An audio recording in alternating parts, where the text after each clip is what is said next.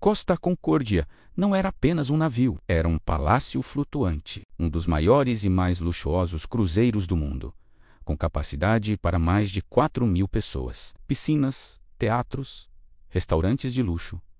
Ele representava o auge da engenharia naval moderna, uma fortaleza de aço projetada para dominar os mares. Na noite de 13 de janeiro de 2012, ele partiu do porto de Civitavecchia, na Itália. O tempo estava perfeito, o mar tranquilo. A bordo, passageiros e tripulantes se preparavam para mais uma noite mágica no Mediterrâneo. Mal sabiam eles que, em poucas horas, esse gigante dos mares se tornaria o protagonista de um dos maiores desastres marítimos do século. E a causa não seria uma tempestade violenta, nem uma falha técnica inevitável, mas algo muito mais simples e perigoso: o ego de um homem. O comandante do Costa Concórdia era Francesco Schettino, um capitão experiente, com milhares de horas no mar, conhecido por sua autoconfiança e, segundo alguns, por um certo exibicionismo. Ele gostava de impressionar. E naquela noite, ele decidiu fazer exatamente isso. Schettino planejou uma manobra conhecida como saudação ou inchino em italiano. A ideia era desviar da rota oficial e aproximar o navio da costa da ilha de Giglio. Ele queria saudar um amigo que estava na ilha e, ao mesmo tempo, proporcionar um espetáculo para os moradores locais e para os passageiros. Um show de luzes e grandiosidade, com o navio passando a poucos metros da costa. Essa manobra não era apenas desnecessária, era extremamente perigosa. A rota oficial existia por um motivo: garantir que o navio navegasse em águas profundas e seguras, longe de qualquer obstáculo. Mas o comandante, confiante em sua habilidade, decidiu ignorar os protocolos. Ele assumiu o controle manual do navio, determinado a realizar sua saudação. Enquanto o Costa Concórdia se aproximava da ilha, a tensão na ponte de comando aumentava. Avisos sobre a proximidade das rochas foram dados, mas Schettino parecia determinado a levar a manobra até o limite. Na costa, moradores observavam, fascinados e um pouco assustados, aquele monstro de metal passando muito mais perto do que o normal. E então, às 9h45 da noite, o inevitável aconteceu.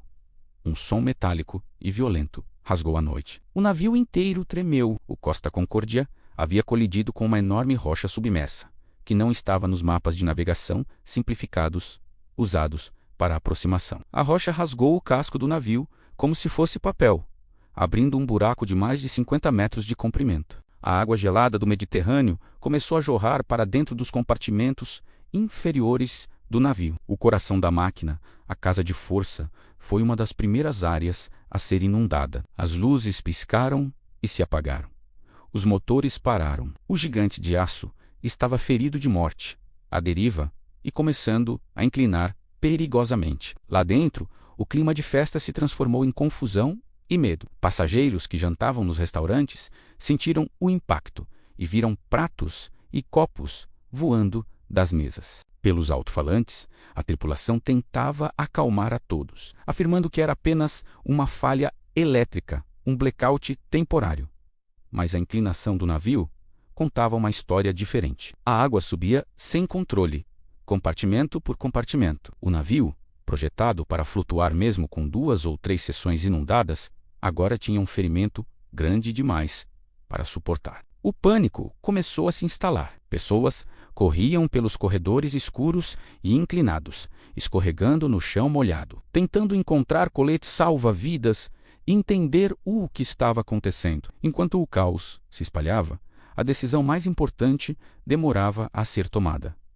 O capitão Schettino hesitou. Ele tentou minimizar a situação em suas comunicações com a guarda costeira, talvez na esperança de que pudesse resolver o problema sem causar alarme. Mas cada minuto perdido era crucial. A inclinação do navio aumentava, tornando a evacuação cada vez mais difícil e perigosa. Finalmente, mais de 1 hora após a colisão, a ordem de abandonar o navio foi dada, mas já era tarde demais para um procedimento ordenado. O navio estava inclinado a um ângulo tão severo que muitos botes salva-vidas do lado que subia não podiam mais ser lançados. Do outro lado, os botes batiam contra o casco. A tripulação, muitos deles despreparados para uma emergência real, lutava para organizar a evacuação em meio ao pânico generalizado. E foi nesse momento de desespero absoluto que o impensável aconteceu. O homem que deveria ser o último a deixar o navio, o responsável por todas as almas a bordo,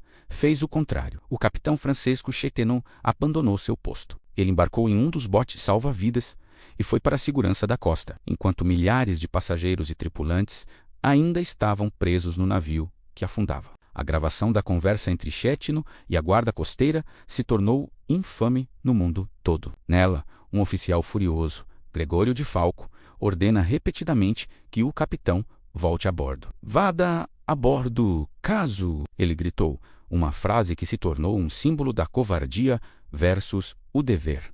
"É uma ordem. Você abandonou um navio. Volte e coordene o resgate." Chetenu deu desculpas.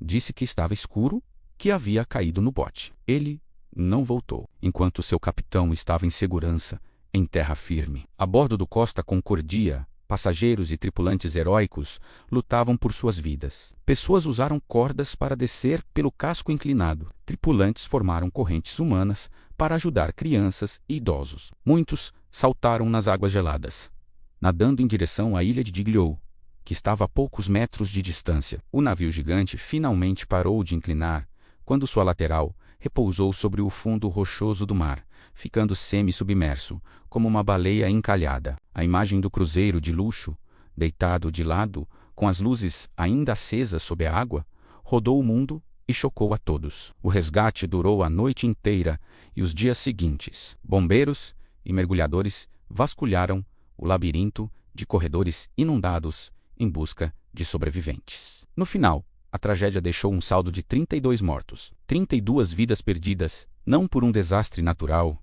mas por uma cadeia de decisões humanas catastróficas, iniciadas por um ato de pura arrogância. As investigações que se seguiram confirmaram o que já se suspeitava. A manobra de saudação foi imprudente e não autorizada. O capitão atrasou o alarme e a ordem de evacuação, agravando fatalmente a situação. E, finalmente, ele abandonou o navio, violando a lei mais sagrada do mar. Francesco Chetenu foi julgado e condenado a 16 anos de prisão por homicídio culposo, por causar o naufrágio e por abandonar o navio. Ele se tornou o rosto da incompetência e da irresponsabilidade. Mas a história não termina aí. O Costa Concordia permaneceu ali, deitado ao lado da ilha de Giglio, por mais de 2 anos, uma ferida aberta na paisagem e na consciência coletiva. Retirá-lo de lá se tornou uma das operações de salvamento marítimo mais complexas e caras da história. Engenheiros de todo o mundo